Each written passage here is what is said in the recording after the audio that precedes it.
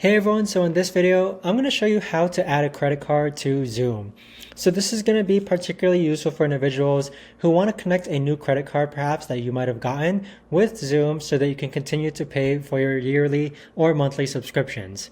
Either way guys, this video is going to be short, sweet, and simple. There's not going to be a lot of steps involved, but the way to actually do this is that you're first going to log into your Zoom account, and then on the upper right hand corner, you're going to click on your profile icon. Next, click on plans and billing. And then from here, you're going to see multiple tabs. One is called plan management, billing management, and then payment history. Click on billing management. And then from this page here, you're going to see an option called payment methods. Click on add backup payment method. So on this page here, you can now add a credit card, PayPal, Apple Pay, or Google Pay. So click on credit or debit card. So on this page here, you just need to insert your cardholder name, card number, CVV, all the credit card information, and then click on save.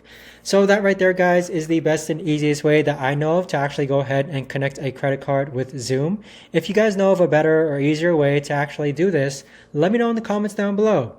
I would love to know. But thanks so much for watching, everyone, and I'll see you guys all in the next video.